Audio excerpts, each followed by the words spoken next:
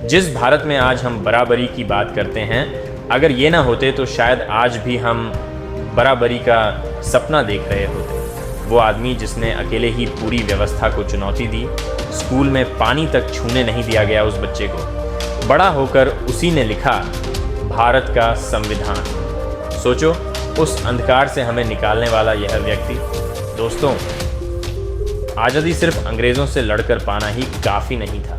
सच्ची आज़ादी तब मिलती है जब हर इंसान को बराबरी का हक मिले, जब जात पात, ऊंच नीच और छुआछूत की बेड़ियां टूट जाएं। भारत को ये सच्ची आज़ादी दिलाने का सपना देखा था एक ऐसे इंसान ने जिसने बचपन से ही भेदभाव किया। गरीबी और कठिनाइयों के बावजूद वो पढ़ते गए और एक दिन वही बच्चा दुनिया के सबसे बड़े लोकतंत्र का संविधान निर्माता बना। उनकी कलम ने सिर्फ कानून नहीं लिखे, बल्कि करोड़ों दबे कुचले लोगों की किस्मत लिख दी। डॉक्टर भीमराव रामजी आम्बेडकर, जिन्हें हम सभी प्यार और सम्मान से कहते हैं बाबा साहेब।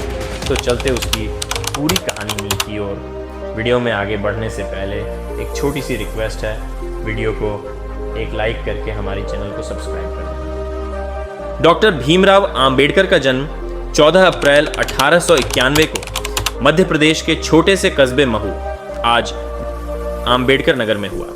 उनके पिता का नाम था रामजी मालोजी सकपाल, जो ब्रिटिश सेना में सूबेदार थे, और माता का नाम था भीमाबाई।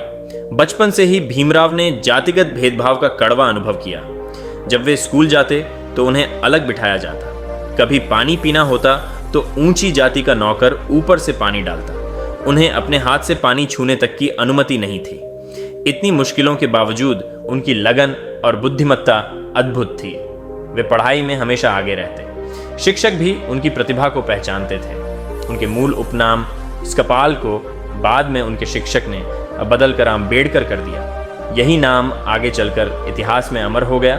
बचपन का ये संघर्ष ही उनकी सबसे बड़ी ताकत बना। यहीं से उन्होंने तय कर लिया था कि शिक्षा के जरिए ही समाज को बदलना है। बाबा साहेब ने कहा था, शिक्षा वो शेरनी का दूध है, जो पिएगा वो दहाड़ेगा। और इस सोच ने उनके जीवन का रास्ता तय कर दिया। बचपन से ही बाबा साहेब आम्बेडकर को पढ़ाई का जुनून था। कठिन हालातों और भेदभाव के बावजूद उन्होंने हार नहीं मानी। 1907 में उन्होंने मैट्रिक की परीक्षा पास की। अपने समाज के पहले युवक बने जिसने इतनी बड़ी उपलब्धि हासिल की। इस मौके पर पूरे मोहल्ले में जश्न जैसा माहौल था।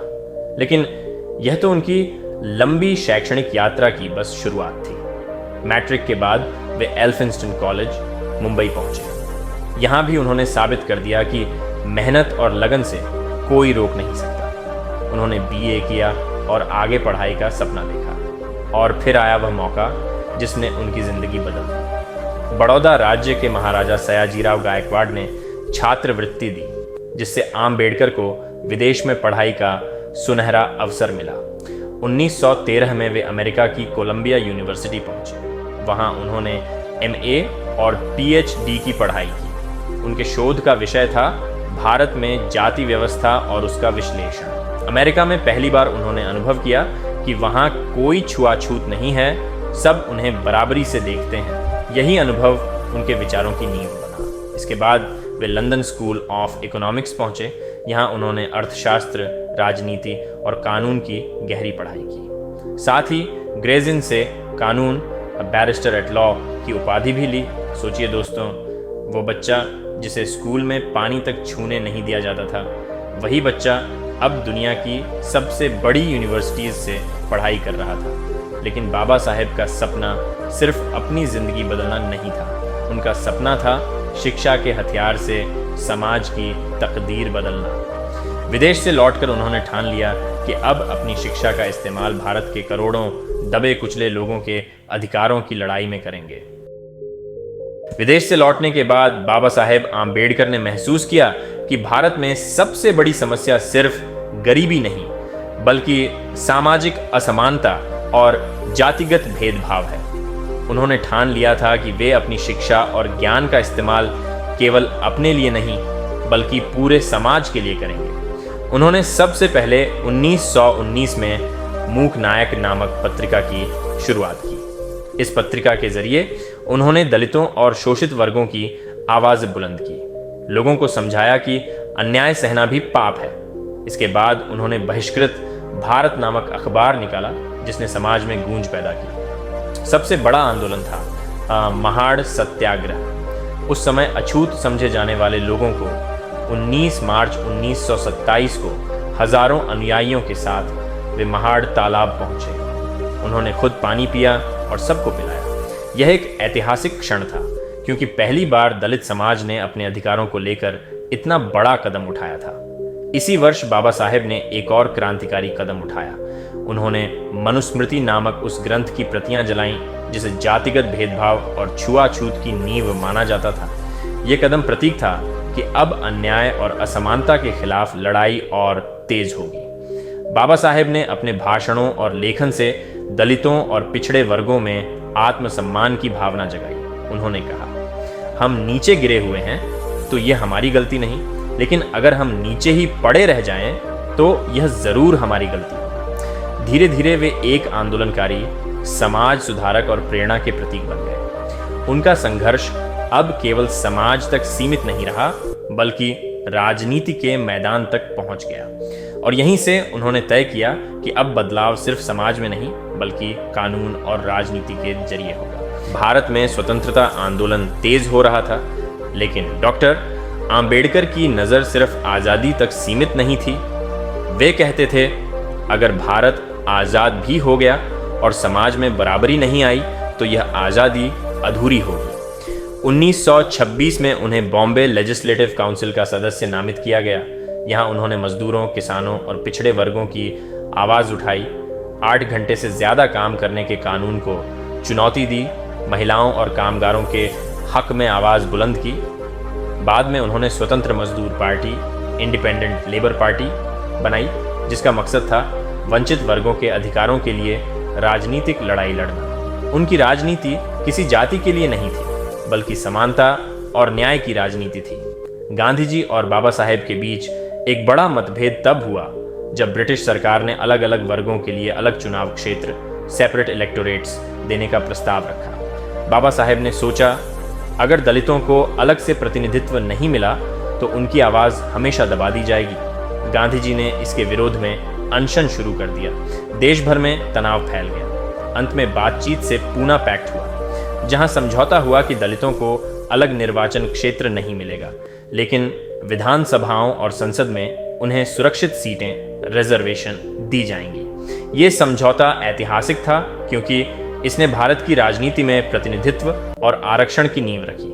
1947 भारत को आज़ादी मिली, लेकिन असली चुनौती अब शुरू हुई थी। एक ऐसे संविधान का निर्माण जो करोड़ों लोगों को बराबरी, न्याय और स्वतंत्रता दे सके। संविधान सभा ने डॉक्टर भीमराव आंबेडकर को संविधान मसौदा समिति ड्राफ्टिंग कमेटी का अध्यक्ष नियुक्त किया। ये भारत के लिए बहुत बड़ी उपलब्धि थी, क्योंकि एक ऐसे व्यक्ति को यह जिम्मेदारी सौंपी गई जिसने जाति भेदभाव का दर्द अपनी आंखों से झेला था। आंबेडकर ने दिन रात मेहनत की। उनके दिमाग और कलम से निकला भारत का संविधान दुनिया का सबसे बड़ा लिखित संविधान बना। उन्होंने इसमें 3 बुनियादी स्तंभ रखे। 1, समानता, सबको समान अधिकार मिले। 2, स्वतंत्रता, हर नागरिक अपनी सोच और जीवन स्वतंत्रता से जी सके। 3, बंधुत्व, फ्रेटर्निटी, सभी धर्म, जाति और भाषा के लोग एक परिवार की तरह रहे। उसके बाद 26 नवंबर 1949 को संविधान सभा में उन्होंने कहा, हम आज़ाद हैं, लेकिन हमें सावधान रहना होगा।